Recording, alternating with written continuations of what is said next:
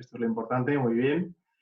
Y bueno, estos minutos previos a comenzar, para los que habéis estado ya en varias de estas sesiones, nos gusta dedicarlos a saber, bueno, quiénes nos estáis escuchando, desde dónde estáis bueno, pues cómo conocéis el MERC, este tipo de cuestiones. He visto a varios de vosotros ya en los comentarios, creo que os tengáis servicios muy variados, pero si nos lo podéis ir contando, pues lo agradecemos. Muy bien. De Perú nos cuentan, de Lima, Giuseppe Quiñones. ¿Se escucha bien? ¿Me confirmáis? Pues muchísimas gracias, Miguel Ángel. Perfecto. La sesión, la de hoy, muy especial, con Gaby Salinas, Global Managing Director de Brand Finance y una grandísima profesora del máster en reputación corporativa y de otros programas de la universidad, también de nuestro MEGEC, de nuestro máster en gestión de empresas de comunicación, una experta en todo lo que tiene que ver con la gestión del valor intangible, especialmente de ese activo intangible tan relevante que es la marca, ¿no? Veo que nos decís que os conectáis desde Zaragoza, también desde Piura, desde Perú, antiguos alumnos del MERC y también actuales, veo, y también distintos amigos de empresas y consultorías. Desde México nos saludan ahora, Juan Arana, muchísimas gracias por seguirnos. Tantos amigos de la Facultad y de la Universidad de Navarra. Pues bueno, dentro de todo este contexto cambiante y vertiginoso en el que nos encontramos por esta crisis del coronavirus, hay oportunidades y una de ellas es que nos podemos ver, que nos podemos escuchar, podemos dialogar a través de estas herramientas y ser muchos más. Estos diálogos MERC, como muchos sabéis, tienen lugar habitualmente en distintas ciudades del mundo, fundamentalmente en Madrid, pero también en Barcelona, también en Sevilla, también en Málaga, también han estado en Santiago de Chile y en otros países. Y ahora tenemos la oportunidad, bueno, pues de tenerlos con muchos de vosotros y de hablar de esas cuestiones en las que habitualmente hablamos en el máster, ¿no? De dirección general, de gobierno corporativo, evidentemente de reputación, de gestión del valor intangible. Os estoy viendo bastantes desde Colombia, desde Costa Rica, de Madrid, desde Zaragoza, también desde distintas partes de España. José Antonio también, antiguo alumno del MERC. Alberto Bonilla nos escribe ahora de la primera promoción. Nos da las gracias por la sesión. El placer es nuestro, de verdad, y poder estar con todos vosotros, con toda esta familia que crece del MERC, con los antiguos alumnos, con los actuales, que también veo a varios. Nos escribe ahora Toni Cornadó, también miembro de algún consejo asesor de nuestros posgrados. Y bueno, veo a bastantes consultores de distintas zonas del mundo. Voy a aprovechar para ir contándoos cuál va a ser la dinámica. Si habéis estado en otro de estos diálogos, es muy sencilla. Ahora tendremos la ocasión de escuchar lo que nos va a contar Gabriela sobre toda esta gestión del valor intangible, cómo apalancar la marca, cómo proteger la marca en un momento en el que las fisuras en el barco van por todas partes y a veces algunas las vemos más que otras y hay muchísimos riesgos. Hablará unos 40 minutos, 40-45, y la idea es que después tengamos unos 30 minutos, perdón, unos 15 minutos, 15, 20, 25 minutos, bueno, en función de cómo vayamos con el timing, para poder charlar a través de vuestras preguntas. ¿Cómo vamos a hacer esas preguntas? Súper importante. El chat está genial y toda esta información que nos vais dando es muy buena porque la podemos leer tanto Gabriela como yo, como alguna persona del equipo que está dando soporte, pero las preguntas concretas sobre la sesión deben ir a través de la herramienta preguntas y respuestas. La veréis abajo de vuestra pantalla, o si lo tenéis en inglés, question and answers, y ahí podéis enviar vuestras preguntas y al final pues yo intentaré agruparlas por temas porque siempre tenemos la suerte de que participáis mucho y también esperamos que sea así esta vez. Pero a través de esa herramienta podremos canalizarlas, agruparlas de forma que Gabriela os las pueda ir respondiendo, ¿vale?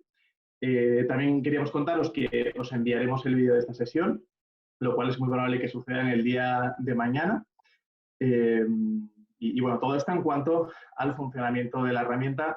Aprovecho para ir dando la bienvenida a muchos que estáis llegando, os estáis conectando. Sí, se ve, sí. Que estéis conectando en estos momentos. Nos sigue gustando en estos instantes previos que nos vayáis contando desde dónde os conectáis, porque esto es algo que nos hace especialmente ilusión en estos momentos de distanciamiento social, pues porque desde tantos sitios, en Sevilla nos dicen ahora, desde dónde os estáis conectando y desde dónde, hasta dónde llega, ¿no? Esta universidad o esta facultad que intentamos tener aquí en la espalda, que en la realidad evidentemente es un croma, pero bueno, es la Facultad de Comunicación de la Universidad de Navarra, el campus principal, el de Pamplona, y que seguramente pues muchos de vosotros hayáis conocido y hayáis disfrutado, ¿no? Desde Jaén, promoción 91, desde Barcelona, nos dicen Asturias, Andalucía, Estocolmo, Suecia, muy bien. O sea, bueno, en la realidad digital nos constata pues lo que somos, ¿no? Una facultad de todo el mundo y para todo el mundo, que cada año además es más internacional. Esto muchos de los antiguos alumnos os gusta saberlo. El grado de internacionalización de la facultad es muy alto, cada año más, hasta el punto de que en primer curso ahora estamos casi ya en una mitad de alumnos internacionales y además cada vez de más países del mundo. Esto también sucede en los másteres, también en el máster de reputación tenemos varios alumnos internacionales y también los habrá en el próximo curso. Por cierto, estamos en pleno periodo de admisión, o sea que aprovechad quienes queráis para poder solicitar información, etcétera. Estamos a vuestra disposición. Desde Guipúzcoa, desde Atlanta, Estados Unidos, Zaragoza, Madrid, Barcelona. Bien. Bueno, ya vamos estando bastantes, así que en 2 minutitos vamos a empezar con Gabriela. Desde Buenos Aires nos escriben ahora. Pensaréis, este es un obseso de las ubicaciones, pero es que de verdad que es muy gratificante y también para los profesores y para los ponentes ver el interés que todo este contenido despierta en distintas partes del mundo, ¿no? Y tenemos muchísima gente de Sevilla, ahora desde Burgos. Sevilla, curiosamente, habéis escrito muchísimas personas que estáis allí, lo cual pues siempre es una alegría. Muy bien. Y nada, en breve ya vamos a dar paso. Repito, para los que habéis incorporado a última hora, vamos a hacer las preguntas y respuestas a través de la herramienta Preguntas y Respuestas.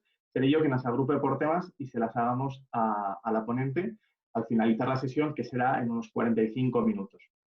Nos son antiguos alumnos desde México, varios. Sergio, Andrea, desde San Sebastián, Guipúzcoa, también varios. Bueno, muchísimas gracias a todos los que nos estáis dando a través del chat las gracias a su vez por tener este tipo de iniciativas. Bueno, nosotros estamos para eso y es una suerte contar con todos vosotros, también para Honduras, que nos escribís ahora. Y bueno, antiguos alumnos de CECOM 79. Hay que recordar que tenemos muchísimas promociones a las espaldas, muchísimo más antiguas que el 79. Como sabéis, la Facultad de Comunicación de la Universidad de Navarra es la más antigua del mundo en español, fue la primera en fundarse, el Instituto de Periodismo de la Universidad de Navarra, y eso ha hecho pues, que tengamos la suerte de poder constituir en buena medida este sector y estar con muchísima gente de tantas partes. Estamos hablando de la promoción 94, no empieza el diálogo de pues mi promoción es esta la otra, tenemos muchísimas. Y bueno, yo creo que ya vamos a poder dar paso a Gabriela, creo que estás por ahí, Gabriela, a ver si puedes pinchar la cámara, te saludamos. Hola a ¿Cómo todos. estás? Muy Gabriela, bien, buenas tardes. Buenas tardes. Yo te escucho bien. Ahora, ¿Sí? en cuanto yo deje de hablar, se te escuchará mejor, porque ahora en los diálogos siempre se solapan un poquito los micros. Y bueno, nada más, Gabriela, yo te dejo ya en las mejores manos, que son las de este público entregado. Habíamos ya más de 150 y está subiendo ahora mismo el contador. En fin, estaba comentando antes de empezar lo importante que es este diálogo por la cantidad de riesgos que hay ahora mismo para la gestión del valor intangible y para un activo como la marca, ¿no? Quizá en esta crisis pues la patente no sufre, la propiedad industrial no sufre, pero la marca sufre especialmente, ¿no? Especialmente sensible también por todo lo que tiene detrás, por su conexión directa con la reputación. Y bueno, nadie mejor que tú para contarnos esto, así que te dejo en buenas manos, te escuchamos con atención.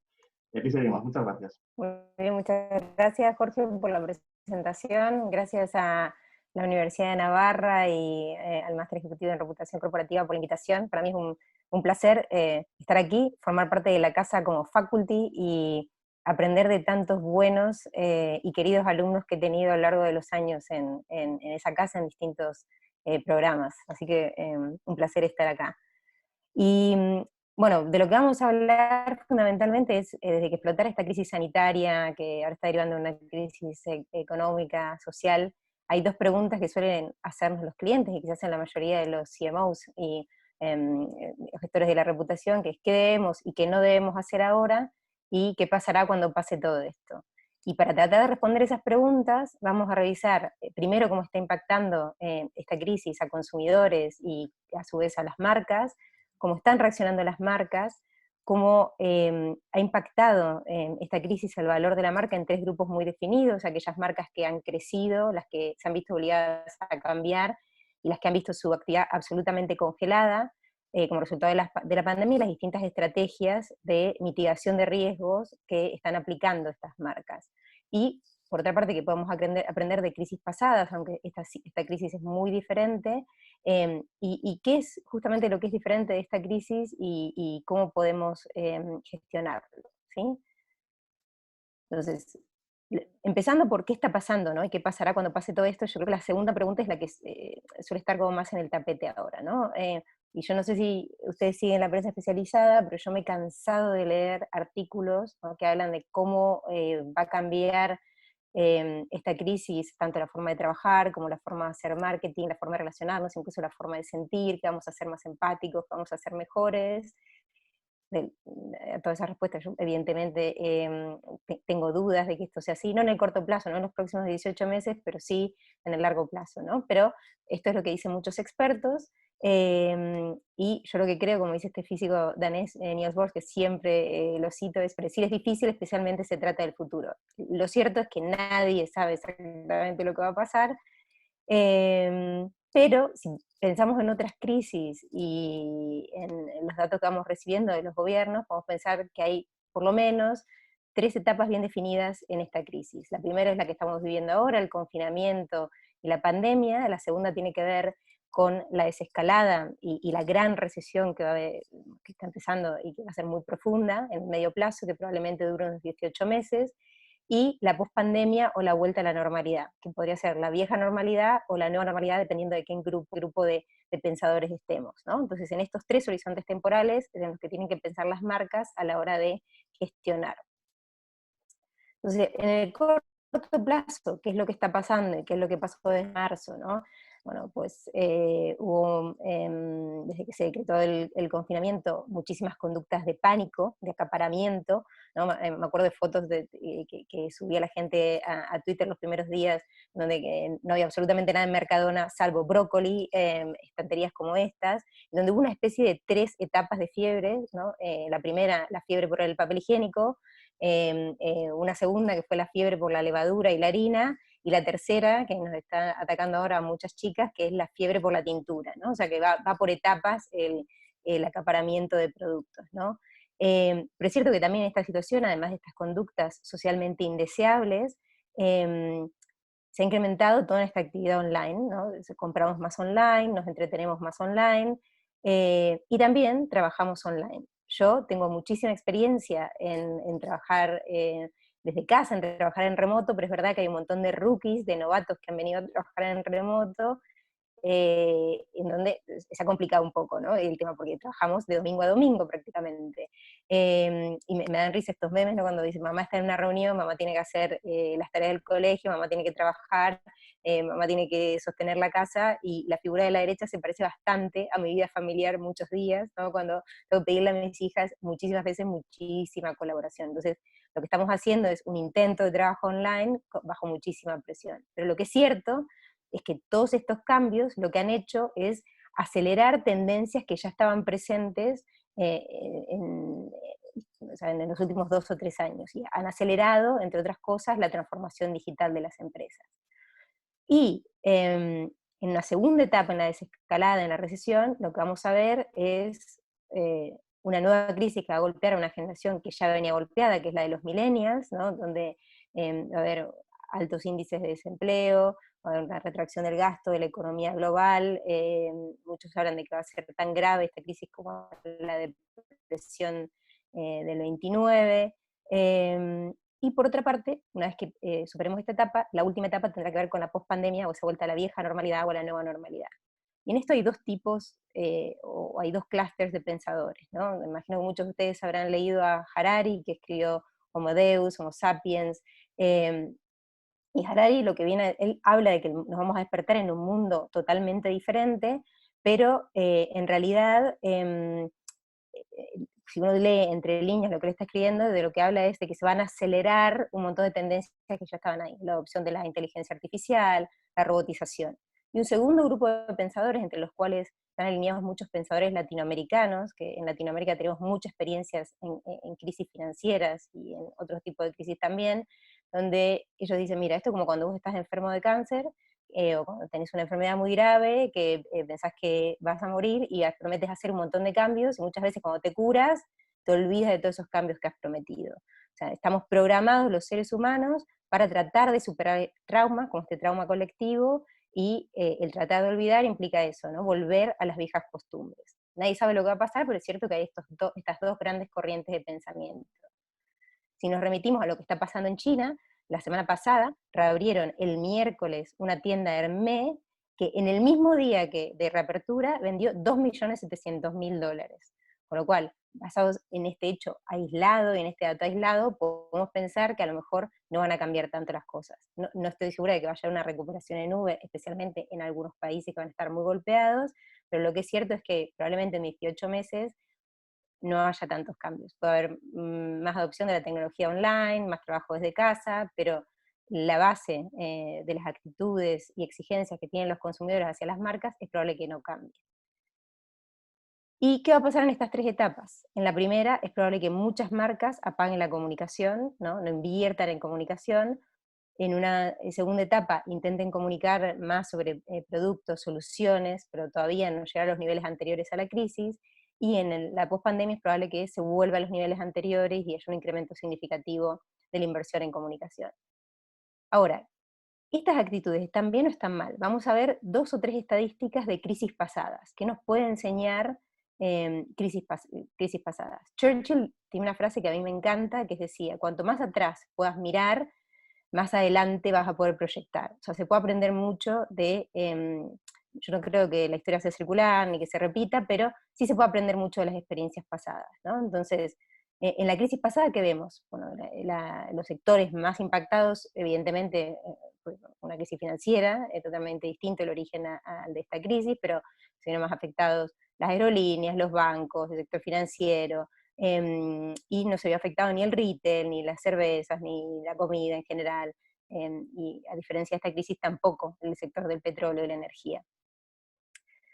¿Qué hacen las marcas durante la crisis, cuando todo esto está pasando? O sea, los consumidores retraen el gasto y nosotros en Argentina tenemos una frase que resume todo, que es, las marcas y las empresas suelen recortar las 5 Cs, que son la capacitación, el café, el cadete, que es el mensajero que lleva las cartas y la documentación interna de una oficina a la otra, las copias, las fotocopias, y la comunicación. O sea, todos recortes en áreas que son fáciles de recortar y a lo mejor tampoco tienen un gran impacto en el presupuesto final, pero son fáciles de recortar.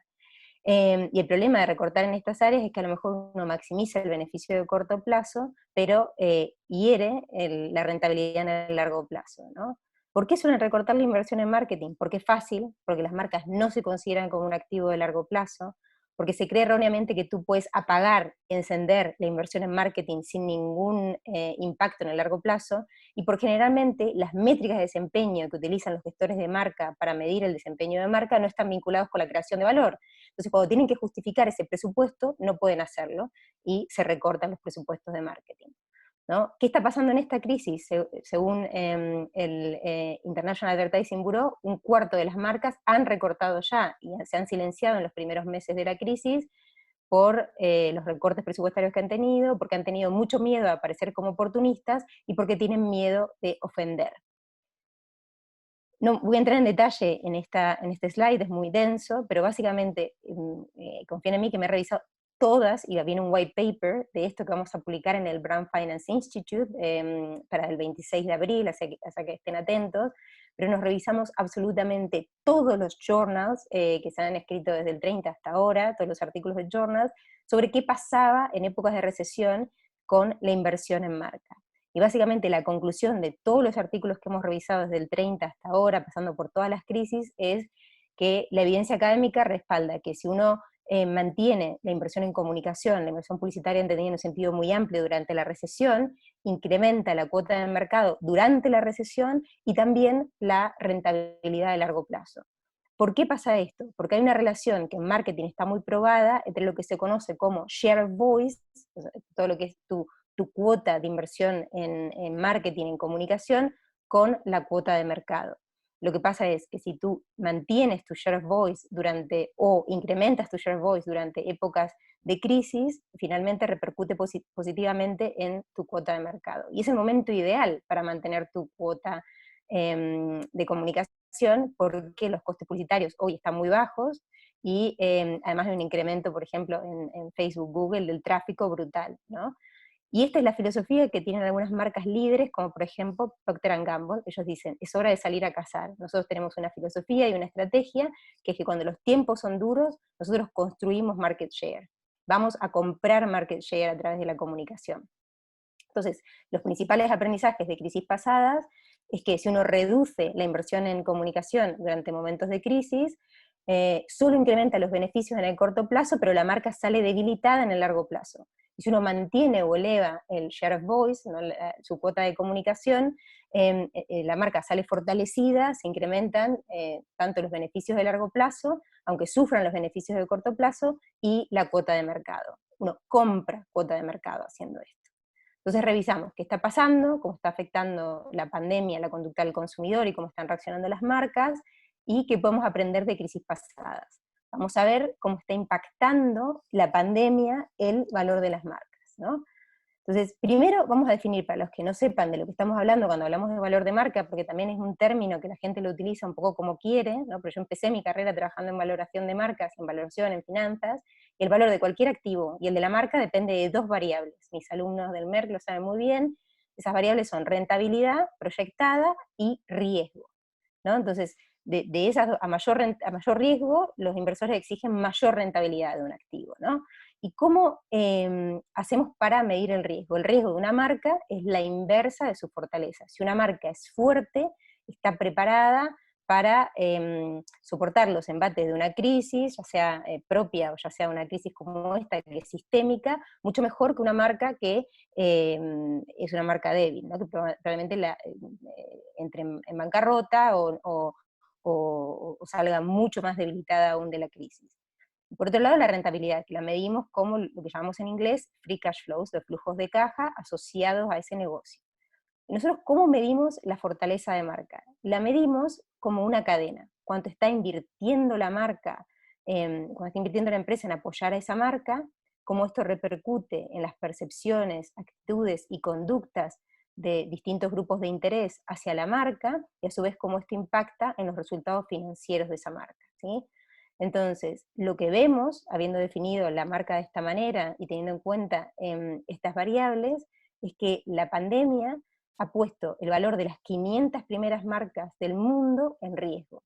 En total, esas marcas podrían perder 1 billón de valor debido a la pandemia. Entonces, ¿qué riesgos están afectando a las marcas para que puedan perder este valor? Porque al final, de lo que nosotros llamamos valor en riesgo, tiene que ver con que se materialicen esos riesgos y las marcas hagan o no hagan, reaccionen o no reaccionen, mitigando ese riesgo, ¿no? Hay dos tipos de riesgos que están presentes en cualquier crisis, ¿no? Que son el riesgo sectorial y el riesgo propio.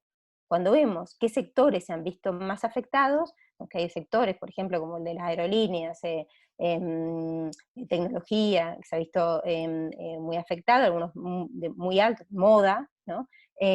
Otros con un impacto moderado, que podrían llegar a perder un 10% de valor, como servicios profesionales, tabaco, medios, y otros que han tenido un impacto muy limitado porque la gente sigue comprando productos farmacéuticos, de telecomunicaciones, alimentación. Pero luego, dentro de esos sectores, no todas las marcas han perdido o se han visto perjudicadas de la misma manera, porque hay un riesgo que es idiosincrático propio de esa empresa y de esa marca, que es la cultura, sus valores, si es flexible, si no es flexible, si es innovador o no es innovador, que no comparte con otras empresas del sector.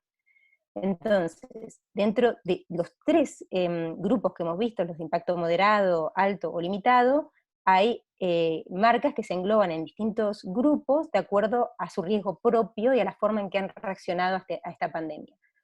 Algunas marcas tienen como un modelo de continuidad o han crecido, ¿sí? Otras marcas se han visto obligadas a cambiar o se han transformado, han reaccionado muy rápidamente y se han adaptado, y otras están absolutamente en modo de supervivencia y se han congelado, ¿no? Y han sido incapaces de aprovechar esta oportunidad. Entonces, por ejemplo, dentro de las marcas que tienen un modelo de continuidad o crecimiento, tenemos Zoom, Vodafone, Amazon, pero todas estas a su vez tienen riesgos propios, ¿no? Aunque estén en tecnología, y yo creo que Amazon es más una marca de tecnología que de retail, ¿no? Entonces, Zoom, por ejemplo, ha visto que muchos gobiernos y muchas empresas han prohibido el uso de Zoom por problemas de privacidad. La forma en que Zoom gestiona este riesgo reputacional va a determinar si va a poder aprovechar esta ola o no. Vodafone aumenta los precios, ¿no? En pleno confinamiento en el Reino Unido, y la gente lo tomó, por supuestamente reaccionó muy mal. Se están aprovechando, ¿no?, de la pandemia para extraer más beneficio de los clientes cuando debería ser lo contrario. Y Amazon, si bien yo creo que desde el punto de vista de productos, si hablamos de las 4Ps, lo está haciendo muy bien, tiene muchísimos problemas con su plantilla, ¿no? Ya desde antes de la crisis, y esto es un caso que revisamos en el MERC, pero ahora ha tenido problemas en Estados Unidos, España, Italia, relacionales, tanto por temas de protección como por temas de contagios, horarios, etcétera, ¿no? Por ejemplo, si vemos el caso de Zoom, nosotros no tenemos la valoración de Zoom, porque el año pasado Zoom era mucho más pequeña de lo que es ahora, probablemente este año entre el Global 500, pero vemos que su enterprise value, el valor de todas sus acciones, creció entre enero y marzo más de un 110%, pero apenas se conocen los problemas de privacidad que tiene, baja un 30%. Este es el valor en riesgo que tiene Zoom y que debe gestionar su CEO y todos sus empleados. Dentro de las que han cambiado, estos ejemplos que veíamos antes eran las que tienen un modelo de continuidad o crecimiento, tenemos marcas como Cabify, Uber, Time Out, ¿no?, que han tenido que adaptar desde sus planes de negocios hasta sus productos para mantenerse a flote, contribuir a la sociedad, construir reputación en el largo plazo. Dyson, ¿no?, que dedica toda su planta a producir ventiladores, o marcas que están haciendo donaciones, Santander, BBVA, Mastercard, financieras. Y otras, un tercer grupo, que han podido hacer más bien poco, yo creo que entre estas tenemos la moda y las aerolíneas, y que tiene un valor en riesgo de hasta el 20%, ¿no? ¿Cómo se crea valor de marca? ¿Y cómo podemos ver cuáles son las fuentes de valor, de creación de valor o de destrucción de valor? Nosotros ponemos o invertimos en una serie de actividades de marketing, que a su vez tienen un impacto en conocimiento, que a su vez tiene un impacto en las percepciones del cliente, de los clientes, del talento, de la ciudadanía en general, que tienen que ver tanto con aspectos de producto como con aspectos de cultura, la empresa como lugar de trabajo, el impacto social, lo medimos de una manera muy amplia, y todas estas percepciones a su vez afectan la preferencia, la probabilidad de hacer negocios con esa empresa, el índice de recomendación, y eso a su vez impacta resultados funcionales y los resultados económicos de esa empresa. Entonces, si esto lo simplificamos, este análisis, y vemos cómo afectó el valor de marcas concretas, yo les voy a presentar el valor, además de depender de la rentabilidad del riesgo, es una opinión. Es una opinión fundada, ¿sí?, y es una opinión experta y fundada, basada en hipótesis y premisas de cómo se va a desempeñar esa marca en el futuro. Lo que yo les voy a presentar ahora es una estimación, ¿no?, que no es publicable. Nosotros nos pusimos a analizar todas estas fuentes de valor que tiene la marca, inversión en marca, las 4Ps, lo que son nuestro marketing mix, precio, producto, plaza y promoción, y que están haciendo algunas marcas en estas tres categorías. Y por otra parte, como entendemos la inversión en marca de una manera muy amplia, qué están haciendo en términos de aportaciones y acciones sociales, cómo esto está impactando el brand equity o la reputación entendida en un sentido amplio, no solo lo que piensan clientes y no clientes, sino también inversores, empleados, la ciudadanía en general, y cómo esto está impactando resultados. Y a su vez, cómo la fortaleza de marca, ¿no?, impacta el valor de la marca. Entonces vamos al primer análisis, ¿no? Amazon. Amazon es una marca que se ha adaptado muy bien, como les comentaba, desde el punto de vista de productos, también hace donaciones, ¿no?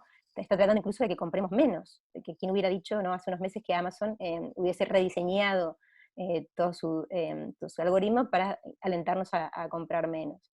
Pero por otro lado también ha tenido muchos problemas desde el punto de vista de relación, gestión de talento, todo lo que tiene que ver con las licencias de la gente. Entonces, analizamos uno por uno estas distintas fuentes de valor, en cuáles las percepciones habían sido impactadas en base a nuestra investigación de manera positiva y en cuáles negativas, y si bien el valor total de Amazon se incrementó en 4.000 millones, esta es una estimación, su fortaleza de marca baja en 2 o 3 puntos por los problemas de marca interna. ¿Por qué esto es importante verlo así? Porque si bien a lo mejor se está creando valor en el corto plazo, la fortaleza de marca es un indicador avanzado, ¿sí?, de la creación o destrucción de valor en el largo plazo. Y la forma en la que Amazon gestione hoy este tipo de riesgos va a determinar si va a poder sostener esa creación de valor a largo plazo. Dior. Dior es una marca que se ha transformado, ¿no? Y ha puesto un montón, el grupo Louis Vuitton, de Genesis, de sus fábricas a producir, por ejemplo, geles, material sanitario, ¿no? En el caso de Dior, pues, si bien en el corto plazo y por un tema de proyecciones de ventas, su valor decrece, ¿sí?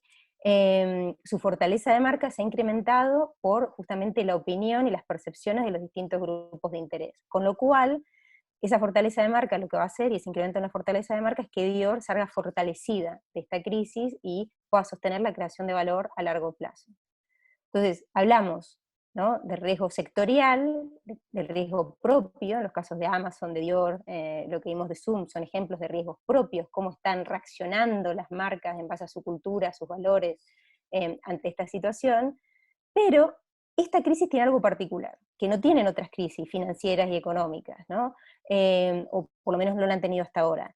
Hay un riesgo adicional, ¿no?, que es el country of origin, ¿no?, el país de origen. O sea, fíjense que cuando hay crisis sistemáticas, como por ejemplo, voy a empezar con otro ejemplo para que no piensen que se reduce solamente a esta crisis, hay otras crisis sistemáticas, pero muy aisladas, no globales como esta, ¿no? Entonces, cuando fue la crisis de Irak, en los países árabes, ¿no?, hubo un boicot, por ejemplo, contra Coca-Cola, contra Pepsi, y lanzaron marcas locales para evitar el consumo de estas marcas, ¿no?, y alentar el boicot.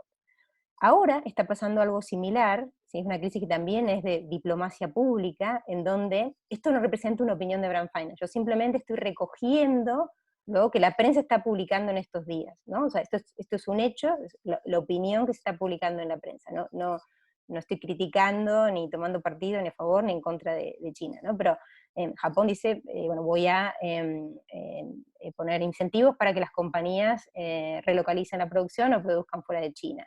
El Reino Unido, ahora que estamos en un periodo de negociación de todas las licencias 5G, dice, pues me voy a repensar los contratos con Huawei, ¿no? Con todo el valor en riesgo que tiene Huawei por estos grandes contratos de 5G, una guerra que por otra parte venía desde antes de los problemas del coronavirus, ¿no? Entonces, con los clientes corporativos, los clientes del sector público, Huawei tiene un riesgo evidente, lo ha publicado la prensa, esto a su vez impacta las expectativas de los inversores, impacta sus proyecciones de ingresos, su rentabilidad, por supuesto su crecimiento y la lealtad que estos clientes puedan mostrar hacia esta marca. Con lo cual, una primera estimación es que el valor de Huawei puede caer entre un 2 y un 5%, justamente por el impacto que el efecto del país de origen ha tenido en su fortaleza de marca, ¿sí? Entonces, la pandemia, ¿cómo afecta al valor de marca? A través de una doble vía, ¿no? La vía de toda la vida de las percepciones por el riesgo sectorial y el riesgo propio, ¿no? O sea, si la marca sigue siendo relevante o se ha adaptado para mantenerse relevante, si es flexible, cuál es su impacto social, pero por otro lado, por la asociación con el país de origen, ¿no?, que impacta más cuanto mayor sea la asociación que se tiene con ese país de origen. ¿Y qué podemos hacer ahora, ¿no?, para reducir estos riesgos y apalancar el valor de la marca? Cuando uno piensa en estrategias de gestión de riesgo, las estrategias de gestión de riesgo generales, hay muchas, y hay muchas formas de enmarcar tu rol en una crisis, hay muchas estrategias de respuesta, ¿no?, una crisis que tienen que ver más con la narrativa y con crisis propias de una empresa, pero si tratamos de traducir esas estrategias a lo que está pasando ahora, tendríamos 5 grandes grupos de estrategias, ¿no? Evitar, ¿no? O sea, que no haces nada porque no quieres ser juzgado, tratas de no invertir, te apagas. Mejorar con acciones concretas, tratar de tener un impacto positivo en tus empleados, en tus grupos de interés. Ajustar, ¿no?, haciendo cambios, por ejemplo, en tu marketing mix para mantener tu oferta relevante, ¿no?, y tratar de incrementar las ganancias después del evento de la crisis.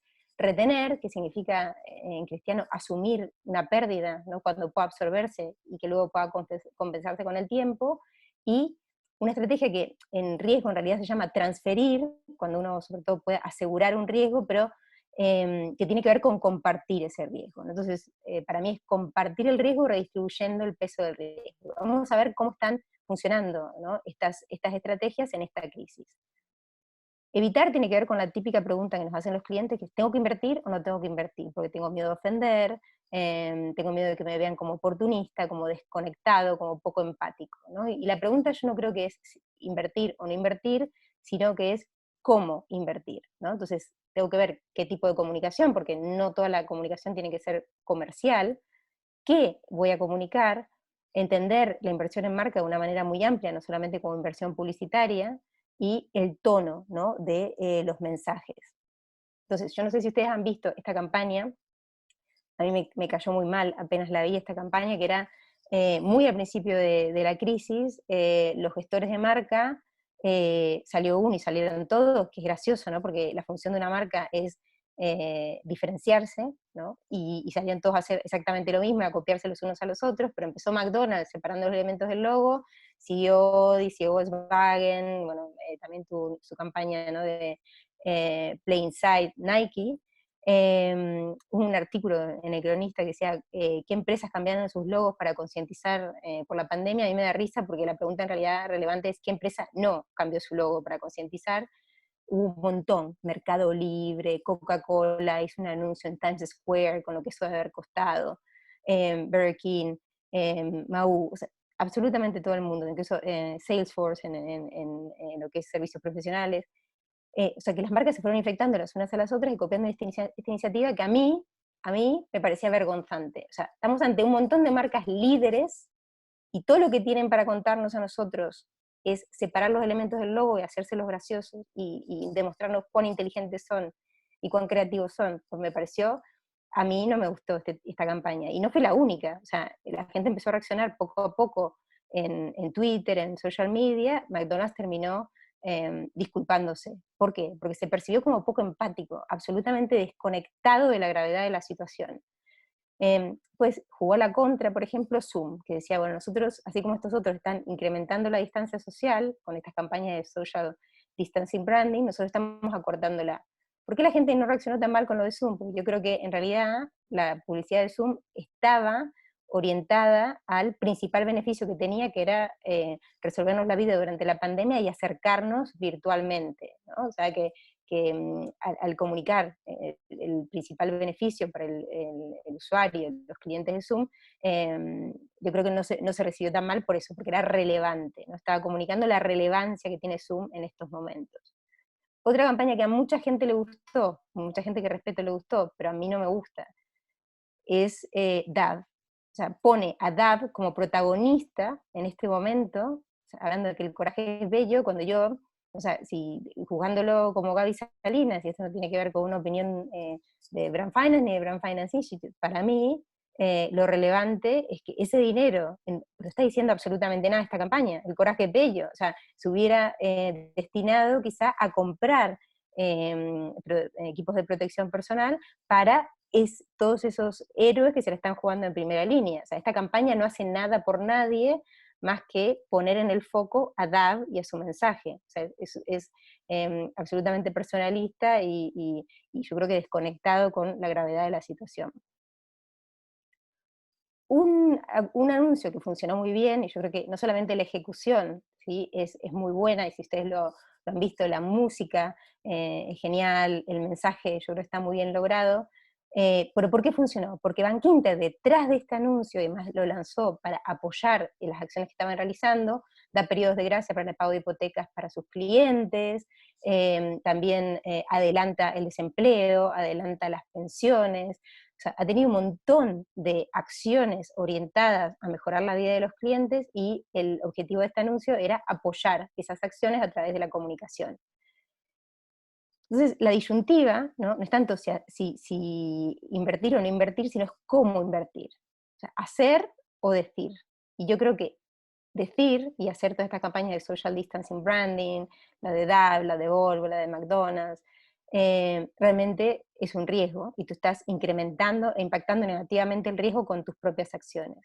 Por otro lado están las marcas que son más bien de decir poco, Armani, Inditex, Santander, pero que también comunican, y comunican a través de PR, son otras herramientas a la publicidad tradicional. Y luego tenemos las marcas que se posicionan un poco en el medio, como Ford, Kinder, que no solamente diseñan acciones encaradas a mejorar la vida de los clientes, a disminuir sus riesgos, a adelantar dinero, sino que también lo comunican a través de campañas de publicidad. Y yo creo que es en el cuadrante superior izquierdo donde las cosas suelen funcionar mejor. Coca-Cola lo entendió, y después de ese gran anuncio que hizo en Times Square, ¿no? con el social distancing branding, dijo, bueno, no, en Filipinas y en España por lo menos, no vamos a invertir durante unos meses en publicidad, y vamos a destinar todo nuestro presupuesto de inversión publicitaria a acción social, que yo creo que es lo correcto en este momento. Entonces, lo que están haciendo estas marcas, ¿no? Como Inditex, como Armani, ahora Coca-Cola, es mejorar, o sea, tratar de generar un impacto positivo, ¿no? O sea, tenemos una situación de riesgo, pero ¿cómo puedo dar la vuelta y generar un impacto positivo? A través de hechos más que palabras en este caso, ¿no? Y los ejemplos de las otras marcas, la de Social Distancing Branding, yo creo que son un buen ejemplo para ilustrar que muchas marcas todavía creen que la inversión en comunicación tiene que ver con inversión publicitaria, ¿no?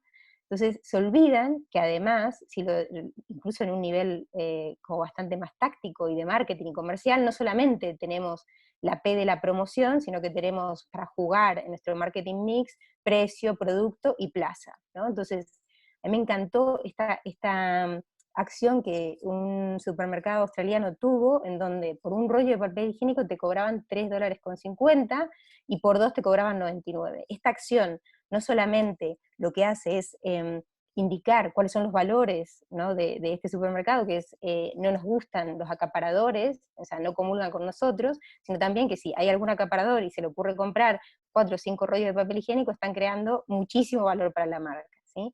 Entonces, hay otras acciones más creativas que solamente invertir en publicidad para comunicar en términos de marca y crear valor en términos de marca. Otro ejemplo que me encantó, en Polonia, que también me pregunto por qué en Polonia hay máscaras y no aquí, pero en Polonia hay un nuevo canal que es el Mask-O-Mat, que te vende geles, que te vende máscaras, y que te venden todo tipo de material de protección personal durante la crisis. También es una manera de innovar, ¿no? Y de llegar de una manera diferente a los clientes. Y esto suele pasar en las grandes crisis. Decía Platón que la necesidad es la madre de la invención, ¿no? Que las crisis son unas oportunidades profundas, ¿no? Unas oportunidades grandes para una transformación profunda. Advertising Age decía en la crisis pasada, la innovación más significativa en marketing y en particular en medios suele suceder en tiempos de crisis, ¿no? Las mejores extensiones de marca. Diet Coke surgió en una crisis con Roberto Goizueta. Las extensiones de marca en términos de verticales de un montón de revistas en su momento surgieron en épocas de crisis, ¿sí? Entonces, esta estrategia que están aplicando el Mascomat, la fijación de precios, lo que pasó con Diet Coke, son estrategias de mitigar o reducir. O sea, yo voy a ajustar, ¿sí? mi marketing mix, voy a ajustar mi oferta e implementar cambios para reducir el impacto de la crisis. ¿Cómo? A través de soluciones flexibles e innovadoras, como los ejemplos que discutimos. Pero además la crisis cambia las expectativas de las empresas, ¿no? Ahora nosotros, más que nunca, creo que estamos pidiéndole a las empresas, y esto no lo digo yo, lo dice nuestra propia investigación, lo dice investigación de Kantar, lo dice investigación de Red Track Company, sobre todo lo que le están pidiendo a las empresas, el último barómetro del COVID de Kantar, dice 71% de los encuestados piden que se proteja la salud de los trabajadores, piden flexibilidad en el trabajo, también como medida de protección, y según el RepTrack, este son el tipo de medidas más apreciadas por la ciudadanía en general, ¿no?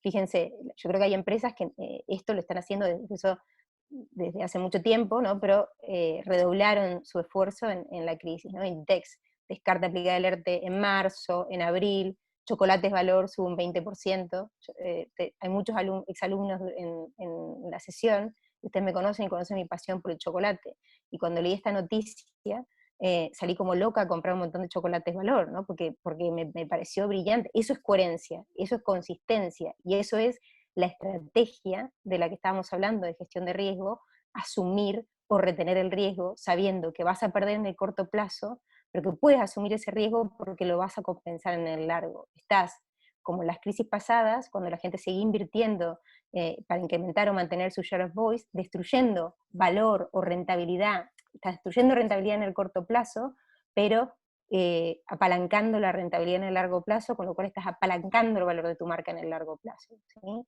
Y eso, ¿cómo lo haces? A través de, o sea, las mejores percepciones, actitudes y conductas que los distintos grupos de interés tendrán hacia ti por esas buenas acciones. Esta es la estrategia de retener o asumir la pérdida, ¿no? Y cómo lo están haciendo muchas empresas, poniendo la gente por encima del beneficio y destruyendo rentabilidad en el largo plazo, en el corto plazo, para construir valor en el largo plazo. Y por último, hay una estrategia, y yo también leo a muchos profesores del MERC, y hay muchos que admiro mucho, como por ejemplo Francesc Pujol, y el otro día lo leí en Twitter que le decía, va a ser la hora de la sociedad civil, ¿no? Y realmente hemos visto muchos ejemplos de colaboración público-privada en estos últimos días, ¿no? En este último mes. Entonces, pero también esto ha cambiado las expectativas de todos nuestros grupos de interés. Según el último estudio de Edelman, el 90% del público espera que las marcas colaboren con los gobiernos para encontrar soluciones a las crisis y que actúen como una red de seguridad, como un safety net, cuando el gobierno no llegue. Entonces, las marcas se dan cuenta el público se da cuenta de la capacidad de las marcas para actuar en este momento y se lo está exigiendo. Y esto tiene que ver con la última estrategia de gestión de riesgo, que tiene que ver con compartir el riesgo, ¿no? Con arrimar el hombro y con redistribuir el peso de ese riesgo, o sea, poniendo lo colectivo por encima de lo individual. Entonces, yo creo que todo esto, y acelera otra tendencia. Yo siempre le hablo a mis alumnos de un autor que se llama Simon Sinek, que escribió un libro en donde él dice que los líderes comen en último lugar. Es este cambio de concepción del liderazgo, desde un liderazgo como ser el más grande, ser el primero, ser el más rentable, a un poco ser el último, pero ser el último en el sentido de servir a los demás. Un liderazgo más paternalista, más protector, que nos brinde seguridad, ¿no? Que además es el contexto en el que vivimos, en no hay nada seguro, donde también el rol de las marcas ha cambiado. Yo creo que muchas de estas marcas que poníamos como ejemplo en esta última etapa de la presentación, Inditex, Armani, Valor, han entendido que el liderazgo en el siglo XXI excede el mero hecho de la generación de beneficios y pasa por tener un impacto positivo en el mundo. Pero si ustedes me preguntan las recetas, o sea, yo no tengo recetas, ¿no? Pero a lo mejor algunos ingredientes que podríamos tener en nuestro crisis mix siempre, yo creo que es no evitar, o sea, hay que seguir comunicando, el tema no es cuánto invertir, sino cómo invertir. Hay que mejorar, pensar cómo podemos impactar y cómo podemos invertir en marca en un sentido amplio, construir reputación, ¿no? A largo plazo y no campañas de corto plazo, ajustar nuestra oferta y mantenerla relevante, innovar con todas las herramientas del marketing mix, no obsesionarnos solo con promoción. La pregunta es, ¿qué puedo hacer por mis clientes para mejorar su vida? Retener, ¿no? O asumir esas pérdidas de corto para construir valor a largo, y generalmente lo que nos están pidiendo es empezar por casa, protegiendo a nuestros empleados, y compartir y colaborar, ¿no? El arrimar el hombro, el liderazgo como seguridad, como colaboración, como protección. Pero para hacer todo esto, hay algo que no puede faltar nunca para poder gestionar todos esos riesgos anteriores, y es medir. Porque si no estoy midiendo en cada una de estas audiencias, ¿no? Y en cada uno de estos aspectos, si se están percibiendo o no mis acciones, cómo se están percibiendo, no tengo noción de dónde tengo que ajustar y cómo tengo que ajustar. Y tampoco voy a estar legitimado para pedir un incremento de presupuesto. Con lo cual, esto también es fundamental, ¿no? Y yo creo que nosotros empezamos con dos preguntas que me hacían los clientes, que era, ¿qué debemos o qué no debemos hacer y qué pasará cuando pase todo esto? Pero en realidad la pregunta relevante que se tienen que hacer las marcas hoy para decidir qué quieren o no quieren hacer ahora y cuando pase todo esto, es dónde quieren estar en el 2021. Y eso les va a dar el lineamiento para saber qué es lo que tienen que hacer y cómo tienen que hacerlo. bueno, esta es mi presentación, muchas gracias por vuestra atención, creo que estoy en límite, justo 45 Estás minutos. justo a tiempo. Sí, sí, sí, así Muchísimas que... gracias. Ahí veréis más o menos, creo. Bueno, hay muchísimas preguntas, lo cual da buena cuenta del interés. A mí, desde luego, me ha arrojado luz en muchas de las cuestiones que nos plantean. Entonces, voy a intentar ir agrupándolas. También invito a los más de 200 que estáis ahí detrás, bueno, a todos no, pero a algunos de vosotros a que podáis hacer llegar vuestras preguntas. Mira, vamos a empezar hablando de esto del sector público y has hablado también de diplomacia pública, bueno, de distintas cuestiones donde la brecha entre lo público y lo privado se va acortando o esa responsabilidad de las empresas se va agrandando, mejor dicho. Nos dice María Jesús Alonso, desde Oviedo, que trabaja en CEPSA, nos dice: Gabriela, ¿cómo valoras a marcas como Inditex, una marca de la que hemos hablado mucho estos días, que en este contexto de crisis sistémica han demostrado no solo crecer y adaptarse, más allá de las campañas de imagen habituales, a través de acciones reales, pues que también han traído test desde Estados Unidos, material sanitario, directo desde China, antes que el gobierno español, pone el ejemplo? Bueno, cómo todo esto les ha acercado a un liderazgo mayor que el de los políticos. Y dice: el liderazgo se transforma desde lo público más hacia las empresas, es decir, estamos pivotando de un liderazgo público a un liderazgo privado a través de acciones como las de Inditex. O sea, yo creo que esto lo que pone de manifiesto es la relevancia, ¿no?, de la colaboración público-privada, pero también el, el- la- la el cambio de expectativas de la gente que espera, o sea, que se dan cuenta que las empresas tienen muchísima más flexibilidad, capacidad de adaptación, de responder rápidamente en instancias como las que estamos viviendo, y con lo cual le están pidiendo es arrimar el hombro. Yo personalmente, o sea, yo tenía o sea, una empresa que admiro muchísimo, Inditex en general, pero siempre, antes de la crisis, lo que más cuestionaba era su modelo de negocio, el fast fashion. Pero tengo que decir que después de la crisis, todo lo que me pueda comprar, que sea Inditex, me lo voy a comprar, porque me parece que han jugado un rol tan grande y de una manera tan humilde, donde todas las campañas, y también con mucha crítica de muchos sectores ideológicos, y lo han hecho con absoluta humildad, poniendo absolutamente todos los recursos que tienen para tratar de resolver un problema tan grande, y lo han hecho muchas veces con sectores con mucho poder jugándoles en contra, ¿no? Y ellos han seguido, a pesar de las críticas, y con muchísima rapidez, con lo cual yo lo valoro muy bien, pero yo no creo que uno pueda sin el otro. O sea, es tan importante el sector público como el privado, pero es verdad que se le pide ahora un rol más protagonista al sector privado para llegar a donde no llega el sector público. No sé si te contesté, María José. Yo creo que sí. Tenemos varias. Una de ellas nos ha llegado un antiguo alumno del MERC, de José Antonio Moreno, a quien bien conoces porque le has dado Sí, clase, que es José director Antonio, un general saludo. de Andema, muy relacionado con las marcas, la Asociación para la Defensa de las Marcas. Y dice: hola Gaby, con esa confianza del antiguo alumno, ¿cómo se puede convencer a los directores financieros para que no recorten en gastos de protección de marcas?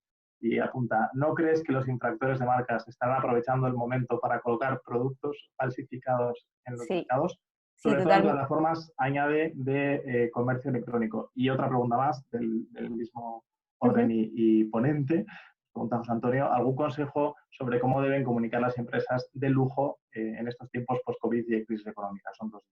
Sí, entonces, en cuanto a la primera pregunta, yo creo que las marcas, sobre todo, una de las marcas que puede ilustrar lo que tú estás preguntando, José Antonio, es 3M. 3M ha demandado a todo el mundo bajo el sol que está falsificando sus productos, porque tiene muy claro que además no solamente se juega ingresos, se está jugando reputación, con lo cual la protección legal de la marca en este momento, y sabiendo, por ejemplo, que hasta los propios gobiernos se han visto engañados y han comprado mascarillas que no protegen y que te dejan desprotegido, fake, la protección de la marca juega un rol ahora más estratégico que nunca porque te protege reputacionalmente. Y además, no solamente es un deber del Chief Legal Officer proteger el valor de la marca en ese sentido, sino que es un deber, es una responsabilidad social, porque tiene que protegernos a todos nosotros y lograr que compremos los productos originales y no productos falsificados. Y en el caso de las marcas de lujo, de las empresas de moda, por ejemplo, yo creo que la mayoría, o sea, lo que puedo ver en el mercado es que la mayoría, hay un consorcio italiano de empresas de lujo que todas se han puesto a disposición de la sociedad, de los gobiernos, produciendo material sanitario, geles, productos que son ahora necesarios. Y esa es una forma de comunicar, ¿no? Porque las campañas se las han hecho terceros, ¿no? La prensa. Algunas han tenido acciones de comunicación comercial, como por ejemplo Adolfo Domínguez, que empezó con una campaña, se empezó como moviéndose más hacia la línea de sostenibilidad antes de que estallara la pandemia, y durante la pandemia ha comunicado, por ejemplo, que no va, puedes comprar, pero no te va a enviar todos esos ítems que compres hasta que pase todo esto, por una cuestión de protección, por ejemplo, de todos los repartidores y de sus propios empleados. Con lo cual ha habido alguna comunicación, pero de muy bajo perfil. Yo creo que quizá no sea el momento para las marcas de moda de hablar más que con hechos. Muy bien, Pero muchísimas gracias. una Ahí opinión muy tenemos, personal. bueno, para eso estamos aquí. Esto es un diálogo entre profesionales y estamos también para intercambiar opiniones, que es el sentido de este tipo de iniciativas. Me ha hecho mucha ilusión porque no estaba preparado, pero nos ha escuchado la directora de marca de Bankinter, que estaba aquí Mira. conectada. Entonces, nos ha pedido que te demos las gracias. Dice que eres un referente para el mundo de la gestión de las marcas. Y nos ha contado también, dice que en esa campaña de Bankinter lo que han tenido en cuenta es que las personas en este momento de crisis queremos saber cómo cada empresa va a contribuir a la actividad productiva que le corresponde para acabar con esta crisis y apoyando eso en la emoción, ¿no? Yo creo que es un tema relevante y gracias, Yolanda, por compartirlo aquí VIP con todos los que estamos al otro lado de la pantalla. Vamos con otra pregunta. Nos dice aquí, perdón, Tamara, voy a intentar decir el apellido, Pirozcova. Del foro, sí, sí, sí. Tamara, un saludo. Exactamente. Tamara Pirozcova, del Foro de las Marcas, te felicita y dice fantástica presentación. Ya que has destacado la importancia de medir, pregunta, ¿qué herramientas son más adecuadas en tiempos de cambios tan tapiados y incertidumbre? ¿Las que ya se usaban o hay otros indicadores que podemos ir adquiriendo?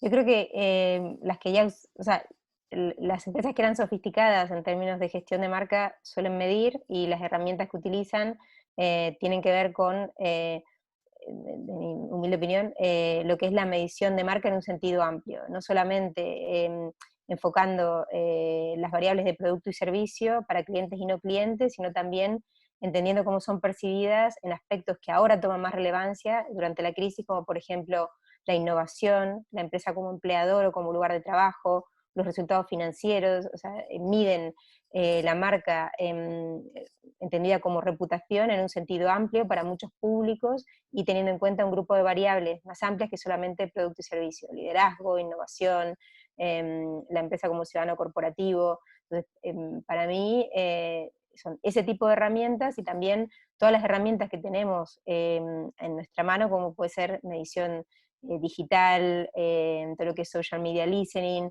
que son más bien transaccionales, pero también te pueden dar, por ejemplo, hablé del share of voice, ¿no? Tú puedes adaptar esas herramientas a medir el share of voice online, ¿no? Y cuántas menciones recibes tú versus todos los competidores del sector. Y eso también te puede dar una pauta de sentimiento y de cómo lo estás haciendo en términos de repercusión en las opiniones de distintos grupos o clústeres, ¿no? de ciudadanos, clientes. Muy bien, bueno, hay alguna pregunta, una de ellas, me han dicho que si me acerco me fundo con la pantalla, voy a hablar de lejos, Sí, sí, combinando el backstage con la miopía, pero voy a intentar reír las preguntas. Una nos dice, ¿dónde puedo captar talento para crear campañas de marca necesarias en las pequeñas cercanas a nuestros clientes? Esa se lo digo yo, de la Universidad de Navarra.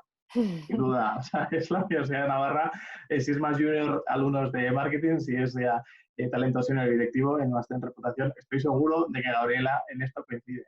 Pero bueno, Absolutamente. evidentemente, si quieres añadir Sí, alguna no, cuestión al tipo de talento que se necesita ahora, pues...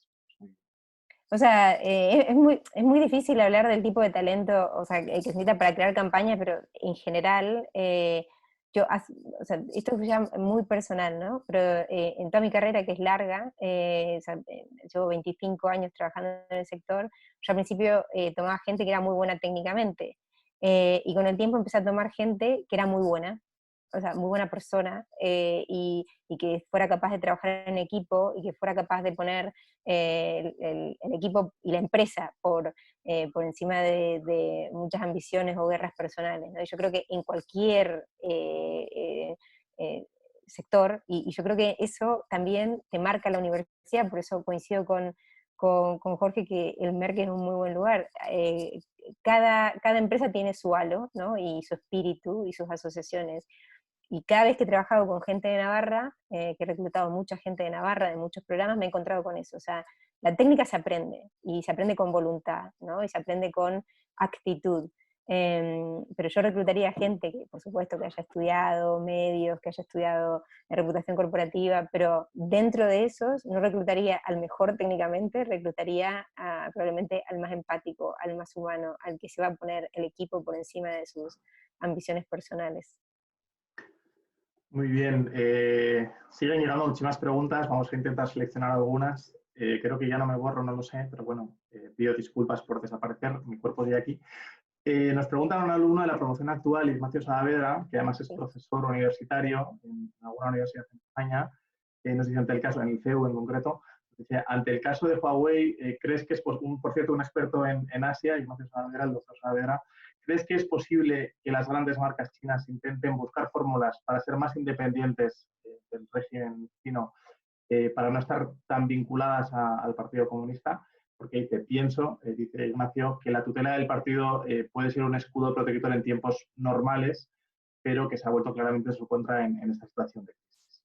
Desde luego toca una labor de concienciación y de convencer a los clientes del sector público de que hay mayor independencia, de que se están tomando las medidas necesarias como para ser transparentes, y que todas las asociaciones con China y yo no digo que esté pasando esto, sino lo que está recogiendo ahora la prensa, ¿no? Sobre la narrativa china y sobre las dudas que se pone sobre el relato, ¿no? De lo que ha pasado en la pandemia, que evidentemente mancha a estas marcas por temas de transparencia, por temas de gestión de crisis, donde probablemente tengan que establecer más distancia, menos asociación con China, desde luego, y no solo en términos de imagen, ¿no? Y de name, sino también probablemente, o sea,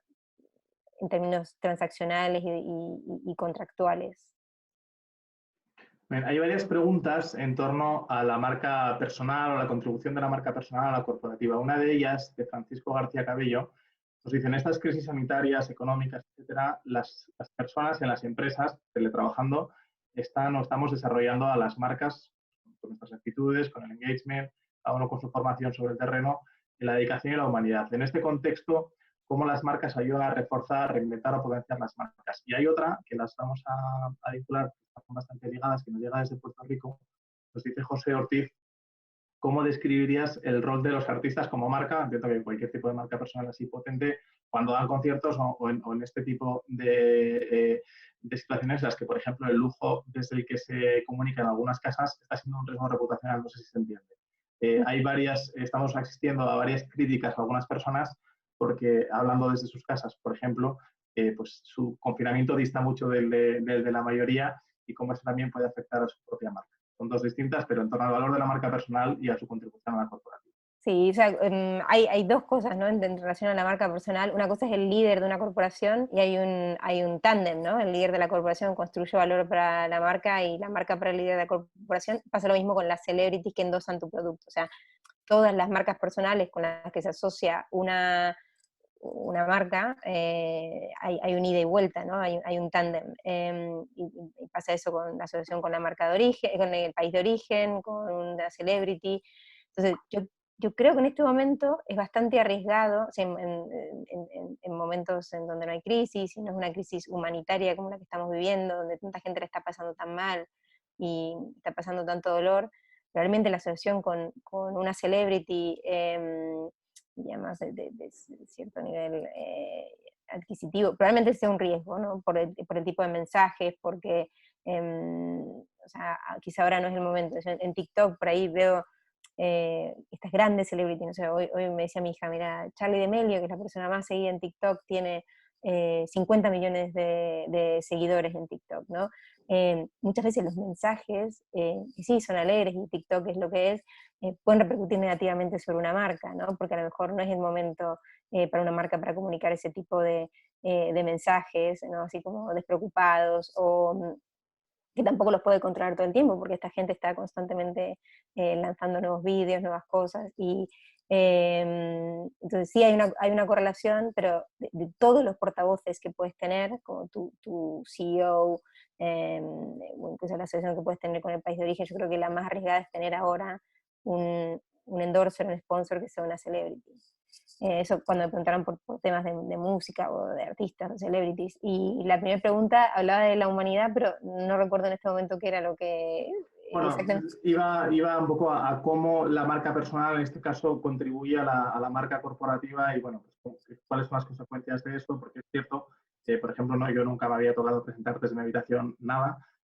No sé si eso es bueno o malo para mi empresa, ojalá que bueno, pero es cierto que son elementos disruptivos en Ah, sí, desde la luego, el marca primer personal, ¿no? Entonces, embajador, como eso sí, sí, también sí, el primer afecta. embajador de una marca es el talento, ¿no? Y la forma en que ellos hablan sobre tu empresa. O sea, hay un autor americano que siempre dice, la marca se construye desde dentro hacia afuera. O sea, el primer embajador de una marca es el empleado, y la forma en la que hablen de esa marca, la recomienden, la dejen de recomendar, describan su cultura, es fundamental, ¿no? Para construir valor para esa marca. Muy bien, vamos con otra. Hay varias que nos dicen, me encantaría que hablarais de tal sector, de tal otro, ¿no? Evidentemente no podemos hablar de todos, pero nos escribe Laura Méndez, antigua alumna de la Facultad de Comunicación y Corporate Communications Officer en Stockholm School of Economics. Nos dice, Ujú. todo lo que has dicho es fascinante, pero le preocupa, por ejemplo, qué pasará con el sector, dice, de las aerolíneas, que al margen de lo que hagan, tanto en marca como en comunicación, etcétera, pueden estar al borde de la quiebra. Y nos dice, ¿crees que una inversión en comunicación en este caso les ayudará realmente? Poner algunos ejemplos concretos, Norwegian, SAS, etcétera. Pero bueno, sectores comprometidos, perdón, en este caso especialmente, si esa inversión de la que comentabas antes en comunicación o en marca, pues en este caso puede ser estéril. ¿Hay alguna pregunta más en esta línea? O sea, yo creo que en el sector de las aerolíneas, quizá ahora que están cerrados las fronteras, no tenga sentido inmediatamente invertir en marcas si es que están haciendo en comunicación publicitaria. Si están haciendo acciones como las de Inditex, como las de Armani, por supuesto que tiene sentido invertir en divulgarlas, en todo lo que tiene que ver con PR y amplificar esas acciones que están haciendo. Pero lo que sean call to action para clientes, o sea, no tiene mucho sentido ahora. Sí, que cuando se empiece a levantar las restricciones y se anticipe que podemos volar, no sé, en 2 o 3 meses, quizás sea el momento de conectarse con la audiencia de otra manera, ¿no? Más comercial, y empezar a reactivar esa comunicación comercial. No estoy diciendo que no tengan que comunicar, yo creo que tienen que comunicar todo lo que sean acciones y aportaciones sociales. Probablemente no tenga sentido la comunicación comercial en este momento, porque no hay Sí. nada que comunicar. No dejan de llegarnos preguntas y además la gran mayoría de la gente que estaba conectada los sigue estando conectada. Entonces, vamos a ir con un par de preguntas más, tampoco vamos a exprimir a Abrila, que yo creo que vamos a acabar contigo hoy porque hay muchísimo interés. Entonces, vamos con una que nos cuenta María Cano. Ella es directora de comunicación de la Asociación Española de Fundaciones, de la AEF. Dice, Ujú. ¿podrías dar algunas pautas de cómo debe ser la comunicación, que también se refiere en torno a la protección de marca, en el sector fundacional y en definitiva en el sector no lucrativo, en este contexto en el que nos hallamos? O sea, yo no soy una experta en ONGs ni en fundaciones, pero creo que aplican las mismas recomendaciones que para todos los sectores, ¿no? Yo creo que es eh, comunicar con empatía, entender que es una crisis sin precedente y estar cerca de nuestros públicos de interés de manera más creativa que solo invertir en promoción, poner por encima de todo la seguridad, el rol, ¿no? de la marca de seguridad y protección por encima de otros roles, porque en eso está impactando el cambio de expectativas. Y yo creo que en tanto y en cuanto se puede, y sobre todo porque se tiene que convencer a los fundraisers de que sigan aportando sus contribuciones, medir, y no solamente medir qué es cuál es la percepción de estos públicos sobre la marca, sino yo creo que medir de forma muy rigurosa cuál es el impacto que está teniendo la fundación en los países o sectores a los que se dirige que están siendo más afectados. O sea, ya va más allá de la pura medición de marca, ¿no? Como para medir el impacto social que están teniendo esas acciones. Muy bien, vamos con una última pregunta. Hay varias que nos preguntan sobre poder volver a ver el vídeo. Lo comentamos al principio, pero muchos os habéis ido incorporando durante el curso de la sesión. Seguramente a lo largo del día de mañana podamos enviaros el vídeo de esta sesión, de forma que podáis poder disfrutarlo otra vez y deteneros en aquellos aspectos que hayan sido de mayor interés. Vamos a cerrar con una pregunta que nos llega, creo que desde Ecuador, nos dice Álvaro Moreno. ¿Cómo y en qué medida se deben enfocar la gestión del riesgo reputacional de las empresas de marca corporativa o paraguas, ¿no? De plan bancos, hospitales, aseguradoras, etcétera, en casos de epicentros de una pandemia como esta? Es decir, cómo la afección a la marca local, bueno, cómo se gestiona desde las empresas, ¿no? Esa unión con los lugares en los que se encargan. Como el ejemplo de Madrid, de Guayaquil. Bueno, una pregunta práctica sería cómo a un hospital de Madrid qué tipo de medidas tiene que llegar a cabo para bueno, o no sé si es separar ese impacto de marca de la crisis o cómo tiene que actuar dentro de esa crisis. O Con sea, esta vamos a cerrar. sí, las situaciones yo creo que son muy distintas. Yo sé que hay muchos hospitales privados en Madrid que en realidad están pasándolo muy mal en términos de resultados financieros, porque, bueno, o sea, no tienen ingresos, ¿no? O sea, su modelo de negocio voló por los aires desde que se pusieron a disposición de las comunidades autónomas, ¿no? Y del sector público. Pero yo creo que si algo se podría comunicar, y no es comunicación comercial, es como diciendo, todo esto es lo que estamos poniendo, porque al final es una contribución financiera enorme que están haciendo y un esfuerzo enorme que están haciendo muchas de estas instituciones privadas para arrimar el hombro en este momento. Y así como Inditex lo hace, y es una empresa que admiro muchísimo, pero tiene mucho colchón financiero, muchos de estos hospitales no tienen, a lo mejor tienen 2 meses de caja, muchos de ellos, y siguen operando y siguen haciéndolo de la mejor manera. Entonces quizás es amplificar todo esto que están haciendo, y esta gran contribución, también en un momento que están siendo atacados ideológicamente por muchos sectores, demostrando y poniendo en valor todo lo que están haciendo. Yo tengo muchos amigos médicos que cuando me cuentan son historias que valen la pena amplificar justamente por eso, ¿no? Por el enorme sacrificio que están haciendo. Pues muchísimas gracias, Gabriela. Tenemos más de 40 preguntas que no vamos a poder responder en esta sesión, pero bueno, eso solo nos da más ganas de hacer una nueva edición de los Diálogos Merck, que llegará pronto. Ya lo aviso a todos los presentes. Como decía, gracias, Gabriela, Gracias a por tu ustedes nuevamente por la invitación. aportación. Ha sido un placer. Gracias a todos por haber estado al otro lado y desde tantos sitios, que de verdad es una suerte poder escucharos y saber que estáis en tantos lugares acompañándonos. Nos están viendo llegar ahora mensajes de gratitud y dándote la enhorabuena por la sesión. Eso nos pone las pilas para seguir pensando en nuevas iniciativas que iremos poniendo en marcha, como digo, en las próximas semanas. Gracias de verdad a todos y esperamos que estéis muy bien, que esto os afecte lo menos posible y que pronto, además de poder hablar de reputación, podamos darnos todos un abrazo cuando llegue el momento que ya empezamos a acuciar este confinamiento, pero se hace más ligero así. Muchísimas gracias. Hasta luego. Muchas gracias, adiós, hasta luego.